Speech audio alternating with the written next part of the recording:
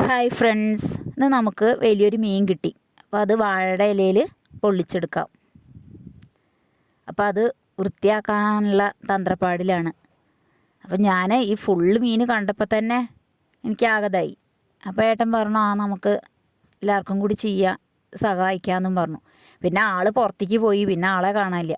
അപ്പോൾ രാവിലത്തെ തുടയ്ക്കലും മറ്റു പണികളൊക്കെ കഴിഞ്ഞ് തുണി തിരുമ്പലും എല്ലാം കഴിഞ്ഞ് വന്നപ്പോഴും ആൾ വന്നിട്ടില്ല. അപ്പം ഞാൻ എങ്ങനെയെങ്കിലുമൊക്കെ അത് ശരിയാക്കുകയാണ്.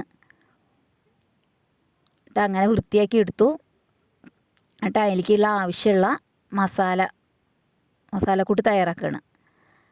മുളക് പൊടി, കുരുമുളക് പൊടി, മഞ്ഞൾപ്പൊടി, ഉപ്പ്, ആവശ്യത്തിന് വെള്ളം, കുറച്ച് വിനാഗിരി,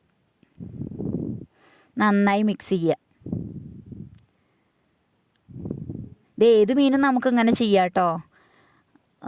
മത്തി, അയില, കരിമീനൊക്കെ ആണെങ്കിൽ പിന്നെ പാകം വലുപ്പമാവുമല്ലോ. അപ്പോൾ ഒന്ന് തന്നെ നമുക്ക് വാഴയുടെ ഇലയിൽ പൊതിയാനൊക്കെ എളുപ്പമാണ്. ഞങ്ങളിങ്ങനെ കരിമീൻ കിട്ടിക്കഴിഞ്ഞാൽ ചെയ്യാറുണ്ട്. എന്നിട്ട് അങ്ങനെ ഇത് കട്ട്ള മീനാണെന്ന് തോന്നുന്നു കേട്ടോ. എന്നിട്ട് നന്നായിട്ട് തേച്ച് പിടിപ്പിക്കുകയാണ്. അത് 1 മണിക്കൂറൊക്കെ വെക്കാച്ച അത്രയും നല്ലത് കേട്ടോ, മസാലയിൽ തേച്ചിട്ടേ. എന്നിട്ട് അതിൻ്റെ ഉൾവശത്തും ഒക്കെ നന്നായി തേച്ച് പിടിപ്പിക്കുകയാണ്.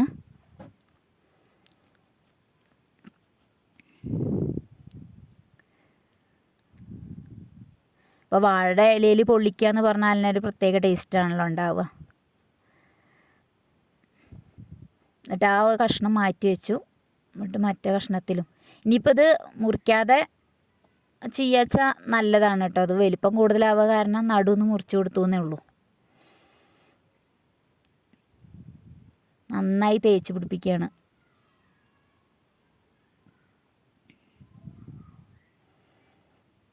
എന്നിട്ട് അതിൽ ബാക്കിയുള്ള മസാല അങ്ങോട്ട് മാറ്റി വെച്ചിട്ടുണ്ട്.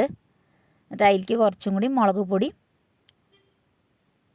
മഞ്ഞൾപ്പൊടിയും എടുത്ത് വെച്ചിട്ടുണ്ട് അതിൻ്റെ കൂടെ. എന്നിട്ട് ആവശ്യത്തിനുള്ള സവോളയൊക്കെ അരിഞ്ഞെടുക്കുകയാണ്.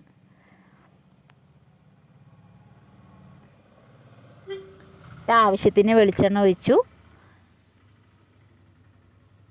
ഉള്ളിയും ഇഞ്ചിയും വെളുത്തുള്ളിയും ഒക്കെ അരിഞ്ഞത് ചേർത്ത് നന്നായി വഴറ്റി. അപ്പോൾ കറിവേപ്പിൻ്റെ ഇലയൊക്കെ കുറച്ച് കൂടുതലിടാം കേട്ടോ. അപ്പോൾ അതിന് സ്വാദ് കൂടും. പിന്നെ വെളിച്ചെണ്ണയിൽ ചെയ്യണതാവും കുറച്ചും കൂടി ടേസ്റ്റ് ഉണ്ടാവുക. നമ്മുടെ നാടൻ റെസിപ്പിയൊക്കെ വെളിച്ചെണ്ണയിൽ ചെയ്യണതാണല്ലോ ടേസ്റ്റ് ഉണ്ടാവുക. പിന്നെ ഞങ്ങൾ പരമാവധി അടുപ്പിലാണ് ഉണ്ടാക്കാൻ നോക്കൽ. പിന്നെ ഇപ്പോഴത്തെ സാഹചര്യത്തിൽ ഗ്യാസിനൊക്കെ വില കൂടിയ സമയമാണല്ലോ.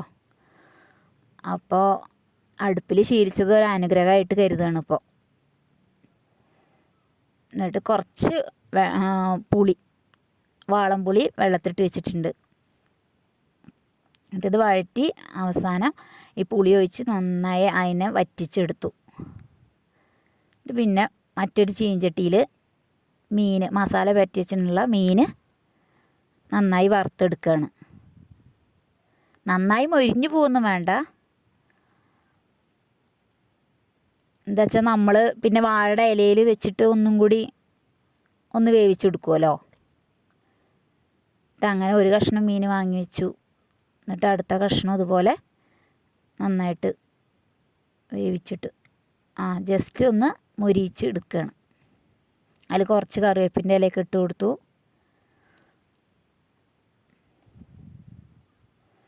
ഇപ്പോൾ ഏട്ടൻ ഉണ്ടായിരുന്നു. അപ്പോൾ ഏട്ടൻ വാഴയുടെ ഇലയിൽ ആ മസാലയൊക്കെ അപ്പളേക്കും വെച്ച് കൊടുത്തു. എന്നിട്ട് മീൻ അതിൻ്റെ മുകളിൽ വെച്ച് കൊടുത്തു. എന്നിട്ട് അതിൻ്റെ മുകളിലും ബാക്കിയുള്ള മസാലയും കൂടി ഒന്ന് തേച്ച് കൊടുത്ത്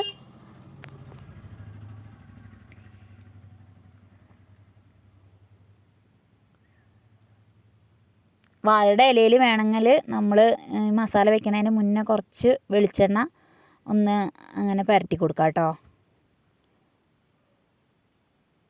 നന്നായി ആ മസാലയൊക്കെ അതിൻ്റെ മുകളിൽ തേച്ച് കൊടുക്കുകയാണ്.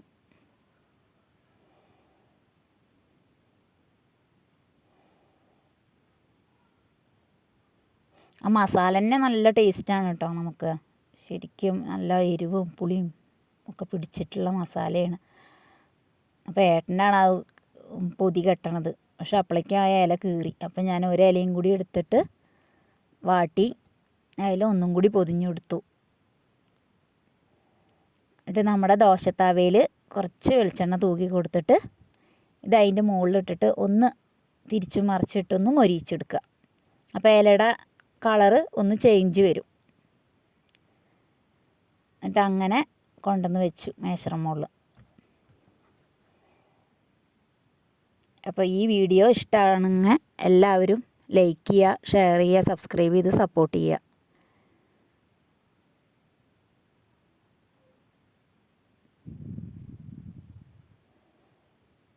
അപ്പോൾ മീൻ പൊള്ളിച്ചത് റെഡി ആയിട്ടോ. അപ്പോൾ എല്ലാവരും ഒന്ന് ട്രൈ ചെയ്ത് നോക്കുക.